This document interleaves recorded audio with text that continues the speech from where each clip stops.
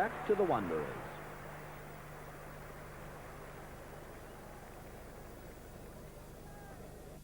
And Cook and Yachert were giving the Springboks a fine start.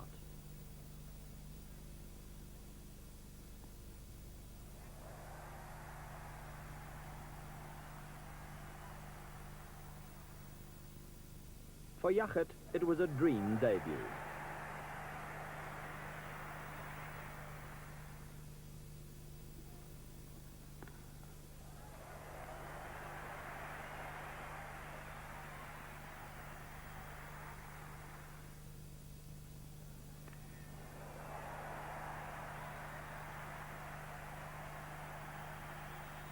Cook was first to his 50.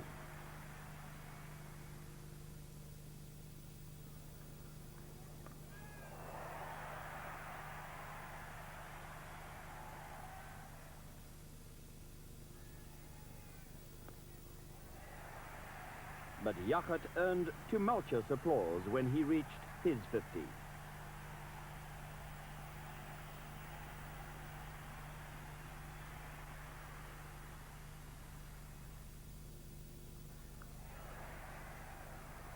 Cook forcing the pace in a record stand of 155. But then he was out trying to run it down to third man.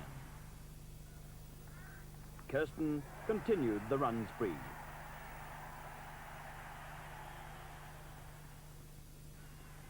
A stolen single gave Yachert a debut century and confirmed him as a new South African sporting hero.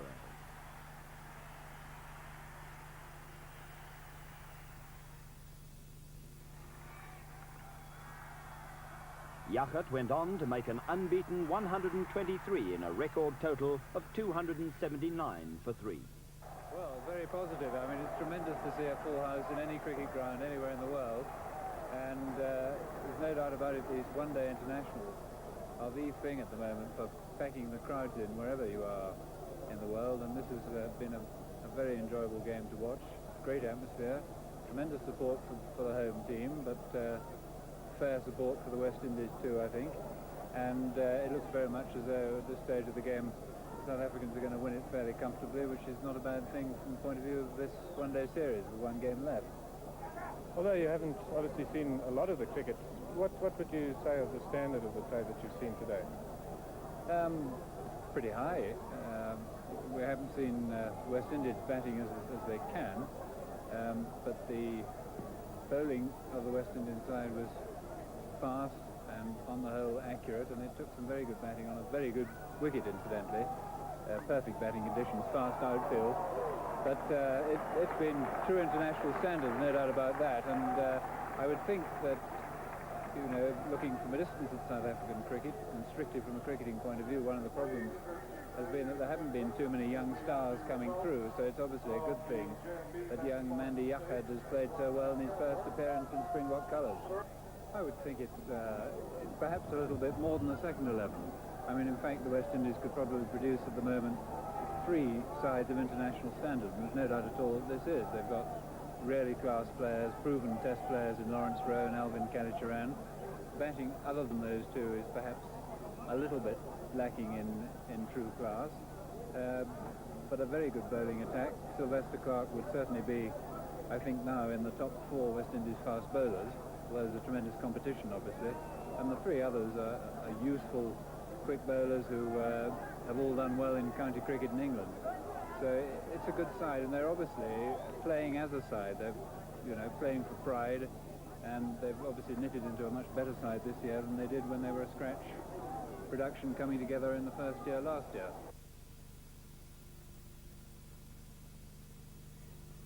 A Springbok victory seemed assured, but rain was to turn the game upside down after a mediocre start by the tourists. The score was 98 for 3 when rain stopped play after 21 overs. When play resumed in dubious light, the target had been reduced to 208 in 37 overs. Rowe set about the task with a dazzling repertoire of strokes.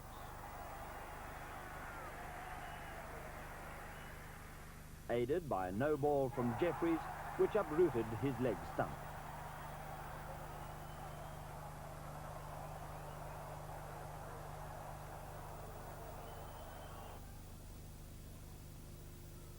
Greenidge provided admirable support. Before he was run out for 68.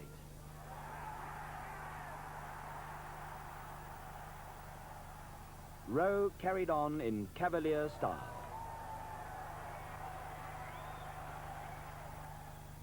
But then he did fall LBW to Jeffries for a magnificent 87.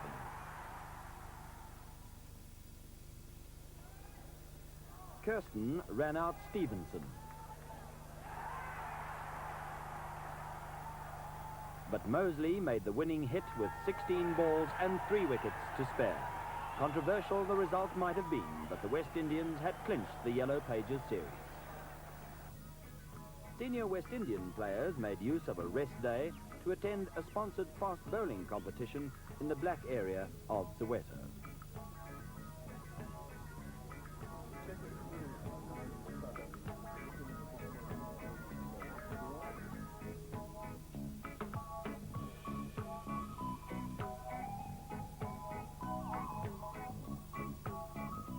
It's a fine idea, really, you know, and just goes to show that you can get a few quickies out of this. You know, I've seen 1 or 2 guys here who look fairly reasonably sharp, and I'm quite certain that this is good exposure for them here. It's quite good, you know. When Greg and myself came in, we were trying to compare it to what ground in the West Indies it reminds us of, you know, in terms of club grounds or whatever. It's quite a nice park here, and I was inquiring what type of cricket they play here. And, you know, funny enough, I was asking Ali, and he told me that, you know, funny enough, soccer is really the game that they really go for here. And it's quite a pity because I'm quite certain in this area here, you could get some quick bowlers over here. Well, I'd like to play for the Transvaal A side. And then after that, South Africa. Pretoria's Berea Park was the venue for the final Yellow Pages International, where, after Cook's early dismissal, Yachert again played promisingly to score 30 on a lively pitch.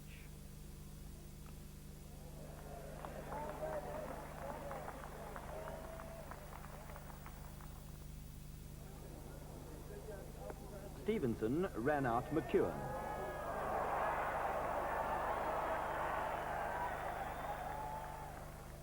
But Pollock was again in splendid form.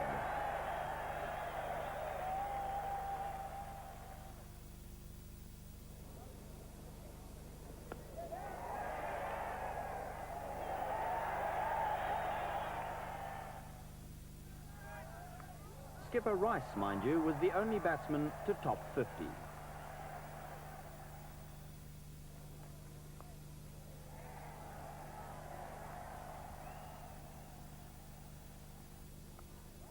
Eventually, Rice was superbly caught by Murray.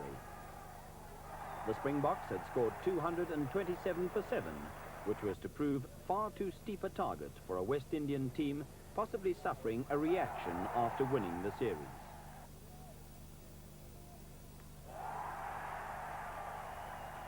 Rupert Hanley, who carved a niche in South African cricket annals by taking a hat-trick on his international debut on the first tour, wrote himself into the record books again by taking 6 for 22 in a superb display of controlled pace and accuracy.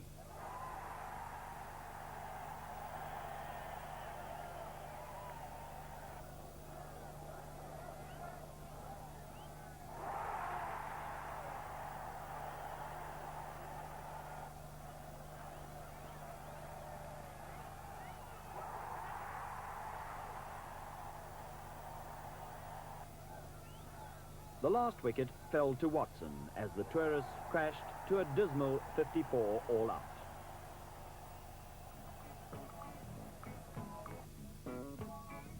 The National Panasonic series was still all square, with everything depending on the final 4-day clash in Port Elizabeth. Cook started confidently. but Yachert fell cheaply to Mosley.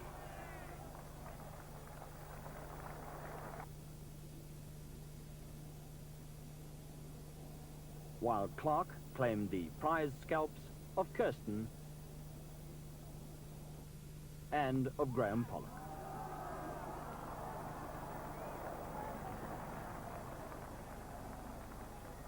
McEwen settled in quickly, but then watched as Cook was caught behind off Stevenson.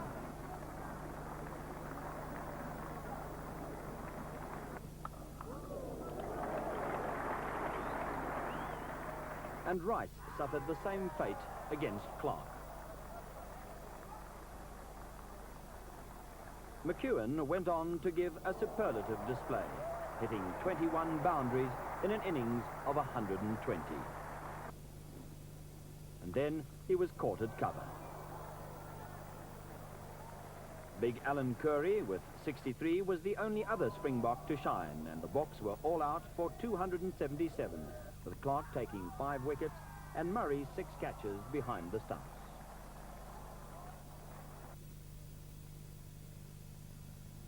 Trotman and Backus, fit again after 5 weeks on the sidelines, gave the tourists a start of 83.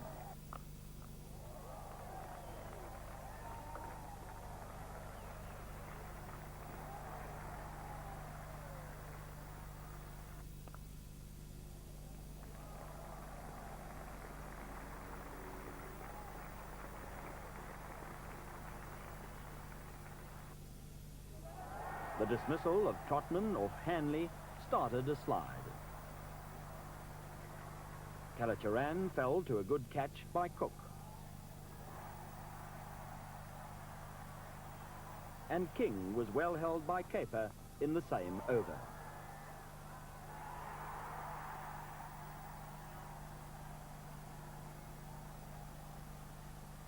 Kirsten caught Backus after a well-played 66. And then he swooped again to run out Murray with a brilliant piece of fielding. Caper again claimed valuable wickets, and the Springboks took a lead of 78. This, however, proved the spur for the West Indians to produce their most devastating fast bowling of the tour, with Cook falling an early victim to Clark and Yachert and Kirsten taking a battering.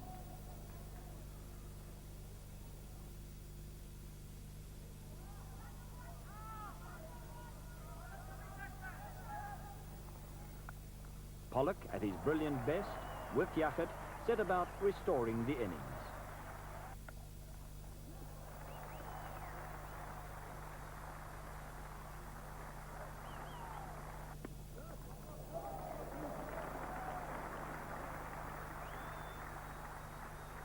But then, one of the most decisive moments in the series, when Pollock was struck a sickening blow on the right ear by a short-pitched ball from Elaine.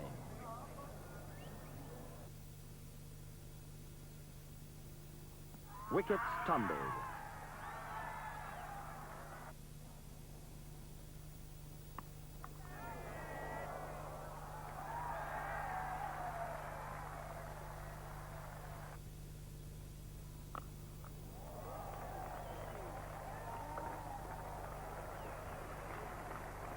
Pollock eventually returned and played one majestic shot through the covers.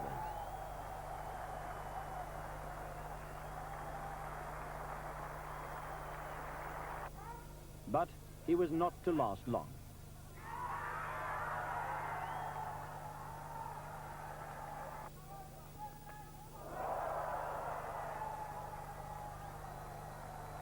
Sylvester Clark was the main destroyer with his 4th 5-wicket haul of the series, and the West Indians needed just 206 to win.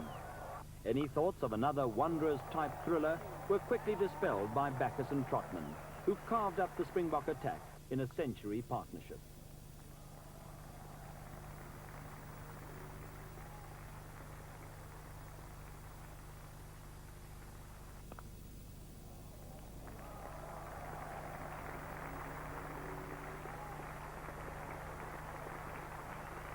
When Bacchus fell for 76, the match had virtually been decided.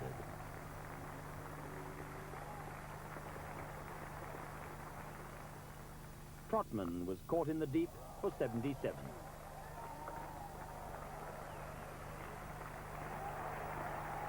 Stevenson followed shortly thereafter.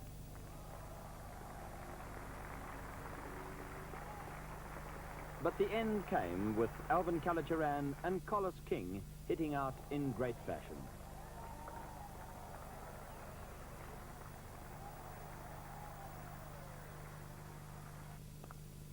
A mighty blow from the charismatic Collis King. And Alvin Kallicharran, a veteran of 66 test matches for the West Indies, finishes it off in the last over before lunch on the final day. Victory in both the 4- and 1-day series made the champagne taste sweet indeed.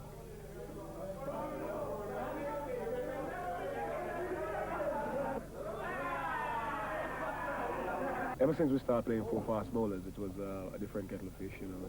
It's always difficult to combat 4 fast bowlers, one coming at you, you know, all the time. He's always fresh and coming at you.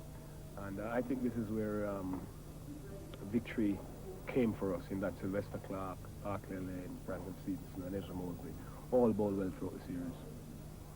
Yeah, they ended up winning fairly comfortably, but the Springboks, I think, in the first innings, they played superbly well. The fielding was absolutely outstanding. Peter Kirsten, I think he'd started to recover from the loss of the captaincy at that stage. He was absolutely brilliant in the field. And that pressure on the West Indians actually, I think it got to them as to how the Springboks were fielding. We had a lead of about 70 there, 78 I think it was. And then the wicket got a little bit uneven in bounce, and the West Indian bowlers got fired up, and they bowled superbly well, and I think that was a great display of fast bowling from the West Indian fast bowlers. And I haven't really seen a barrage like that for quite some time, and to actually have witnessed something like that was actually a pleasure to see fast bowlers bowl like that. Not so much from our point of view, because we were on the end of it. The cricket we played this year was very fine brand, just as the one before. But I think that we were far more relaxed this time. It was our second time here, and we had known the conditions a bit more. And I think that the fellas got down to work, and I think that was the major part of our success. But it's been a marvellous success. It's been great for our cricket. It's been great for the children of this country. It's been great for the cricket lovers of this country. And I think it's something that we're very proud of. Looking back at the tour, when we first came, obviously we didn't know exactly what to expect. And now I can say at the end of the tour that I am truly satisfied with what has gone down. And I have absolutely no regrets whatsoever. It has been fantastic. The response, I think, of the crowds has been phenomenal. It's almost back to the days of 1970 where you're getting fantastic crowds, big crowd participation. It's outstanding. And I think of all the things that have come out of the 2 tours during that time, the one single thing that stands out in my mind above all others is that you get young fellows who are identifying with these players that have come out, and they're playing their own backyard test matches again. You know, the stimulus is at the 8-year-olds, which is what we need, to keep any game alive. No team really has stood up to the West Indies over the last, say, 10 years, because we have always gone out there with 4 or 5 fast bowlers, and the Springboks really come under a lot of pressure here this tour. So I think barring West Indies and Australia at the present time, I think the Springboks would fit right in a slot there with the others: Pakistan, England, New Zealand, India and Sri Lanka. I think that they would give any one of those a run for their money, I think. A few of the West Indian players have signed to play here. I'm quite certain that a lot would be learned from them here, and hopefully you'll produce a few fast bowlers in the near future, and your batsmen, your younger batsmen, will get accustomed to playing against people like Clarke and, you know, and company. And the youngster that I saw here that I rate Adrian Capel very highly. I think he's a highly motivated young cricketer, and he'll do well. Yackett is also a fine young player. And I think we saw Pinar at Western Province when we played against them. I think that he will come out to be something good. And apart from those, Richardson shape up quite well behind the wicket as well. Jennings is also a fine wicketkeeper. You know, he didn't make any run, but he's a fine wicketkeeper. And those are the people that I see as a young man. I mean, Peter Kirsten is still not very old, and he played very well against us. In the Transvaal side, we've got a few youngsters like Hugh Page, Cyril Mitchley. I think they'll come through. Paul Rayner down in Western Province. I think he will come through. And then you've got Stephen Jeffries at 24. I think if he applies himself, he could be one of South Africa's best bowlers ever. The prophets of gloom and doom would say we wouldn't shape in world cricket. My own opinion is they might be right if it was a home series, but given a chance to tour, I think that this present crop of youngsters that we've got, even those who aren't playing in this test, and I'm thinking now of people like Trevor Madsen, Mark Logan, Whitfield, Pinar, Rayner, those boys would all develop and shape on a tour, and we would compare with possibly the best in the world. But does South Africa deserve the chance to allow its youngsters to compete at international level? Back 25 years, you know, there certainly are changes. Hotels are totally multiracial, crowds are multiracial. You know, these barriers, which very definitely were there, are not there anymore. Now, this is an interesting area because it has been achieved, I think, through sport. I think cricket particularly. We've played against a few black guys in a lot of the games that we've played this year. And even at the international grounds, it's such a nice thing to see black and white kids playing cricket together at lunchtime and at tea time, you know. It just goes to show that a lot of changes has gone on in this country. You know, we'd like to see more changes, but I mean, things don't happen overnight, and we only hope that, as I said earlier on, that the changes will come. We have Omar Henry, who's of course a regular player in the Western Province team, and of course is a very senior member of the Scottish cricketing scene. He is a particularly talented cricketer. And we have one or two other players coming along from the black community and the Asian community in Natal and Transvaal, and more particularly, I might say, amongst our youngsters. And we're delighted that in this particular year we had a young coloured lad from Stellenbosch who played in our national schoolboy side, and in fact went overseas with our team that went to play in England. And one argument, of course, is if you now allow South Africa back into world cricket, the further changes that are required by the world will not be forthcoming, because South Africa will have seen or felt that they have now achieved sufficient. And it's an understandable argument and must have a certain amount of merit. The other one, of course, which is very popular in South Africa, is that we have done so much, we now need the extra encouragement to, in fact, go further. And I am, in fact, one that believes we do need to be allowed back to do or to play in sport. Because once, and the door has been opened now, once we get back and people realize that sport is, in fact, a bridge builder, which it always has been in the history of sport. The Olympic Games is the first example of this. I believe that that door will now be totally open.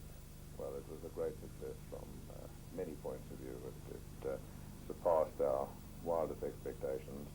It addressed itself to many features relating to cricket in South Africa, and hopefully has provided once more the platform for us to suggest to the international community that we're capable of running cricket in this country, that we're capable of administering it to the best ability for cricketers and for cricket's sake, and hopefully that our standard of cricket is of a quality which deserves some recognition at the international fora.